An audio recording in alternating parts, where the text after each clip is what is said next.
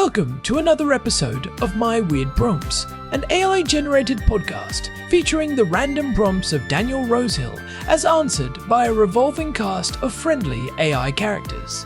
Join us for deep dives into AI, technology, and whatever other random thing Daniel finds fascinating today. Subscribe on Spotify or your favorite podcatcher. Now, today's episode. My Weird Prompts is an AI-generated podcast produced by Daniel Rosehill, a verified human with documentation to prove it. While every effort is made to ensure our AI hosts draw from credible sources and run on cutting-edge models, they do occasionally make things up with alarming confidence. As with everything in life, and especially this podcast, treat all claims as spurious until confirmed to be not. Daniel, Herman and Corn accept no responsibility for any decisions made based on the confident ramblings of our artificial presenters. Now, today's episode. Hello there, Herman and Corn. So I have a question for you, and maybe this one is less of a specific question and more just something I'm wondering at the moment. So I've been exploring ComfyUI over the past little while, few days, and my wife, who I've mentioned on the podcast, is an architect and is also exploring it, which is fun to be able to compare notes with someone in the house instead of on the internet for a change. Something I've noticed with ComfyUI is playing around with it and getting into the kind of, the nodes and the custom nodes and the models. Very, very powerful. And I can certainly see how you could do great things with this if you're willing to put in the time.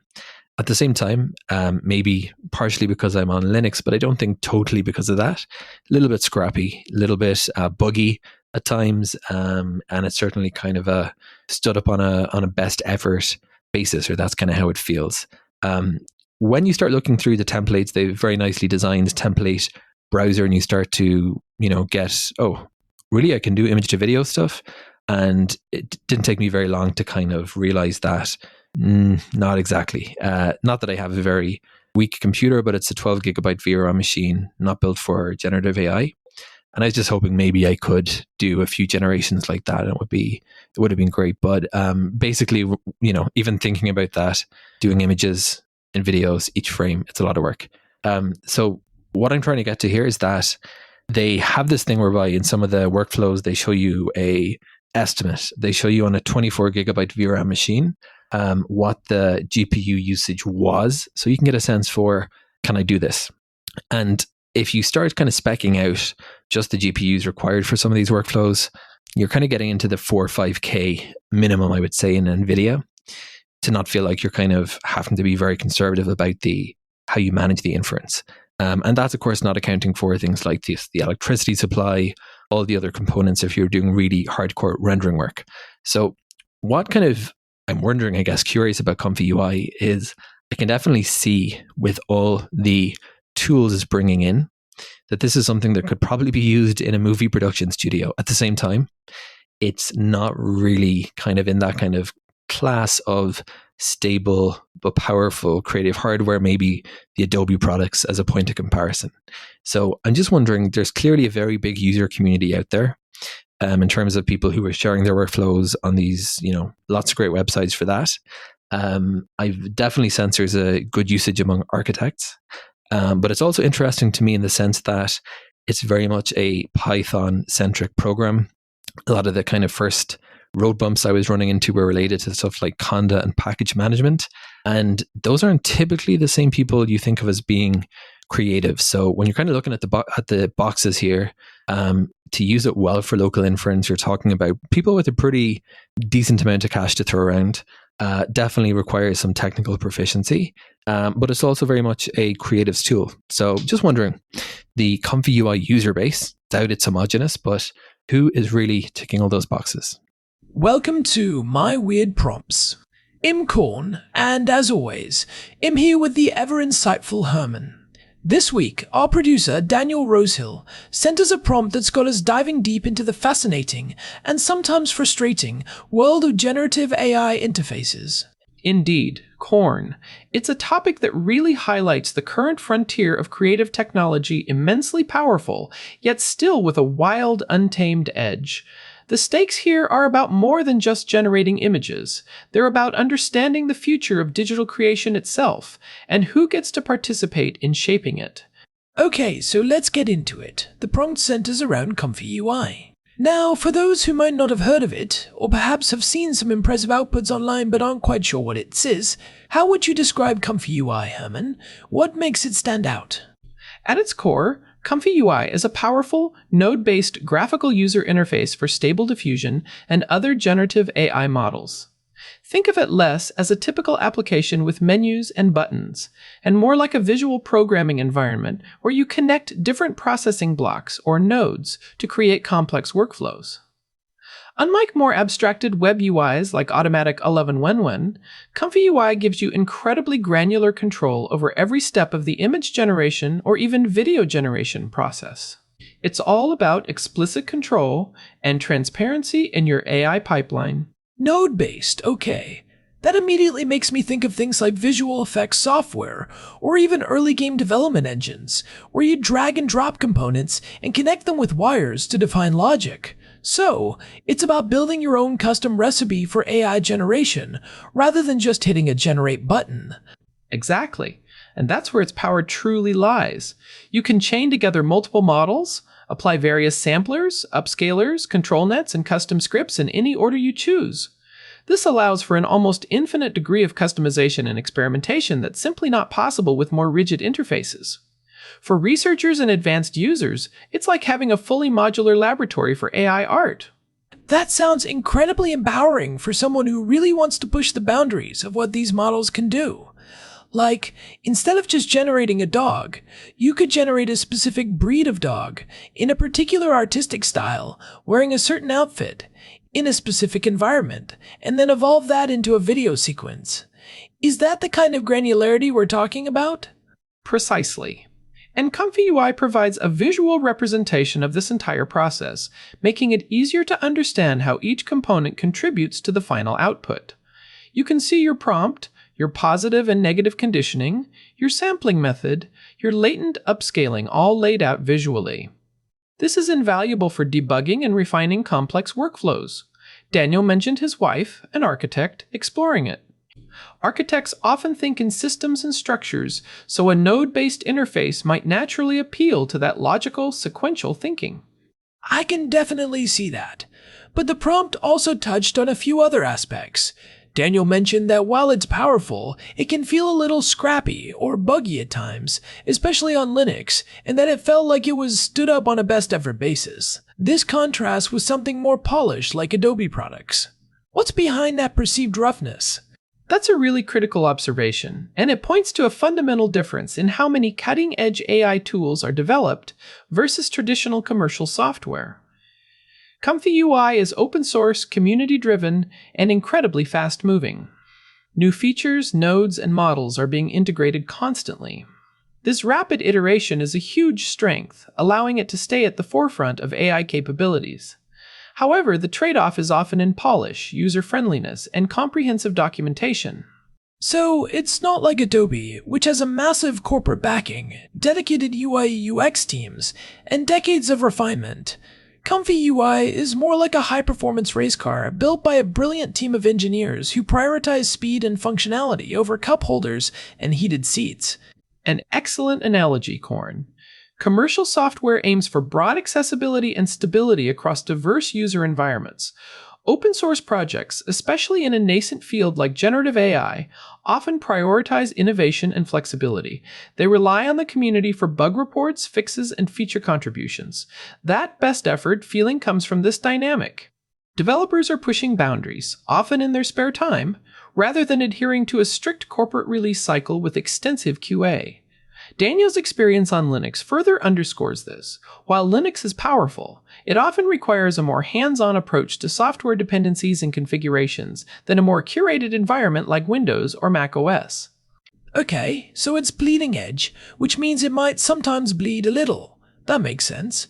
But then we hit what I think is a significant barrier for many, the hardware requirements. Daniel mentioned that even with a 12 GB VRAM machine, image to video was a struggle, and the workflows often show estimates for 24 GB VRAM, pushing GPU costs into the 4,000 to 5,000 range.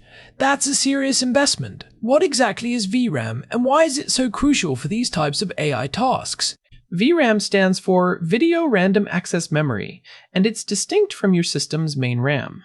It's specialized, high-speed memory located directly on your graphics processing unit or GPU. For generative AI, VRAM is paramount because the AI models themselves, like Stable Diffusion's various checkpoints, are huge, often many gigabytes in size. These models, along with the data they process, like images and latents, need to be loaded entirely into VRAM to run efficiently. So, if your VRAM isn't big enough, it's like trying to fit a supersized brain into a tiny skull. It just doesn't work, or it works very, very slowly by constantly swapping data back and forth from slower system RAM. Exactly. When VRAM is insufficient, the system has to offload parts of the model or data to regular system RAM, which is significantly slower. This process, known as swapping, dramatically reduces inference speed, turning what should be a quick generation into a frustrating wait. For complex tasks like image to video, you're not just processing one image, you're often generating and processing hundreds or even thousands of frames, each with its own computational demands. Each frame might involve loading the model, processing the image, applying effects, and then moving to the next. That quickly saturates even high VRAM cards. A 12 GB card, while respectable for gaming, might just barely handle a complex high-resolution image generation, but for video, it's often too constrained. The 24 GB VRAM estimate isn't arbitrary. It reflects the real-world demands of current state-of-the-art AI models and the ambitious workflows users are trying to build.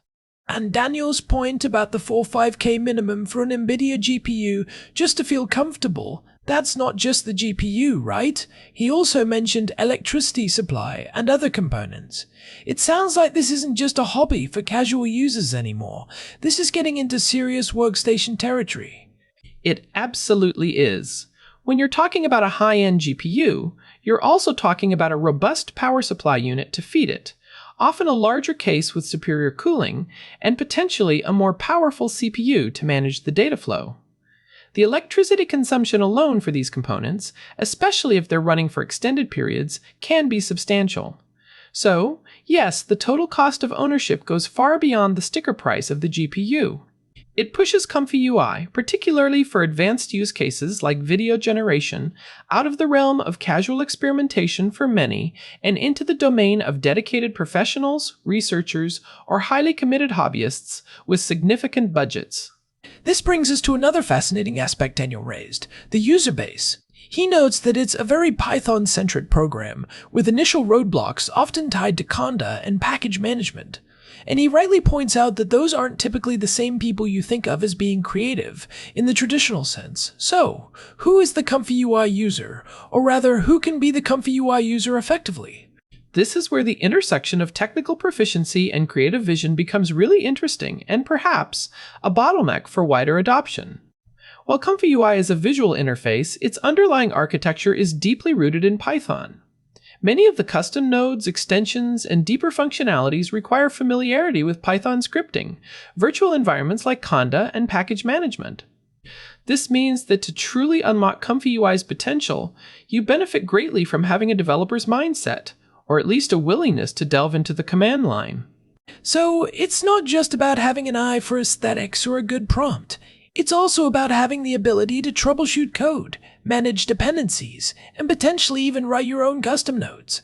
That's a huge leap from, say, knowing how to use Photoshop. A very significant leap.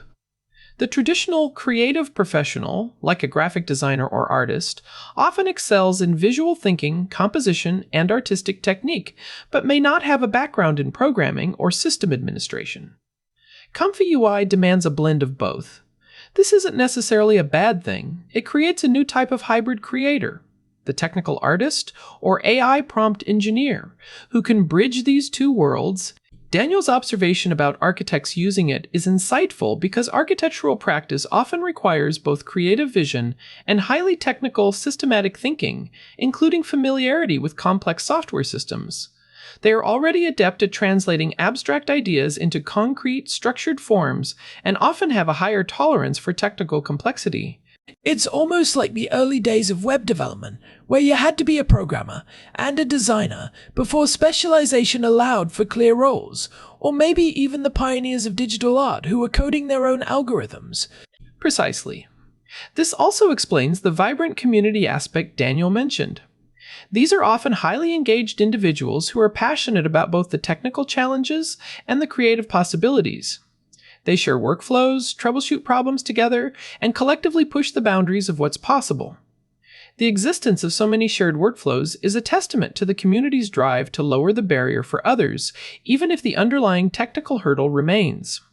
It's a collective effort to build the missing documentation, the user-friendly wrappers, and the shared knowledge base. So, let's try to distill this a bit. For someone listening right now who's intrigued by the power of ComfyUI but maybe a bit intimidated by the technical and hardware demands, what are the practical takeaways here? Who is ComfyUI for right now, and what should someone consider if they want to dive in? If you're a professional in a field like visual effects, architectural visualization, game development, or serious digital art, and you already have a powerful workstation, or your organization is willing to invest in one, ComfyUI offers unparalleled control and flexibility for integrating generative AI into your pipeline. It's for those who want to move beyond simple text to image and into complex, multi-stage iterative creation. If you're a researcher, it's an incredible platform for experimentation. So, for people who are already in that space, perhaps using Adobe After Effects or Houdini, which already have complex node-based systems, ComfyUI could be a natural, powerful extension to their toolkit, assuming they have the hardware. Absolutely. The learning curve for the node-based interface itself might be less steep for them. For individual hobbyists, it's a bit more nuanced. If you have a strong technical background, even if it's not specifically in AI or graphics, and you enjoy tinkering, debugging, and solving complex technical puzzles, then ComfyUI can be an incredibly rewarding experience, even with more modest hardware for simpler tasks. It's a fantastic learning platform. But what if you're a creative without a coding background, or without a multi-$1,000 GPU sitting around? Should you just avoid ComfyUI entirely? Not necessarily avoid it, but perhaps approach it with realistic expectations. For many, starting with more user-friendly UIs or cloud-based AI services might be a better entry point. These platforms abstract away the technical complexities and hardware demands.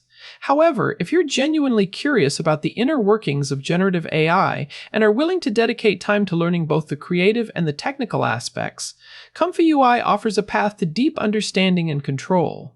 You could start by just exploring community-shared workflows that don't require immense VRAM, and gradually build up your knowledge. Think of it as a journey, not a destination. And, if you're eyeing image to video, be prepared for significant hardware investment or reliance on cloud services. It really paints a picture of the current state of generative AI, doesn't it? Immense potential, but also a raw, untamed quality that requires specific skills and resources to harness effectively. It feels like we're still in the early adopter phase for truly powerful, customizable AI tools. That's a very apt observation. The tools are evolving at an incredible pace, and the gap between what's technically possible and what's easily accessible is still quite wide.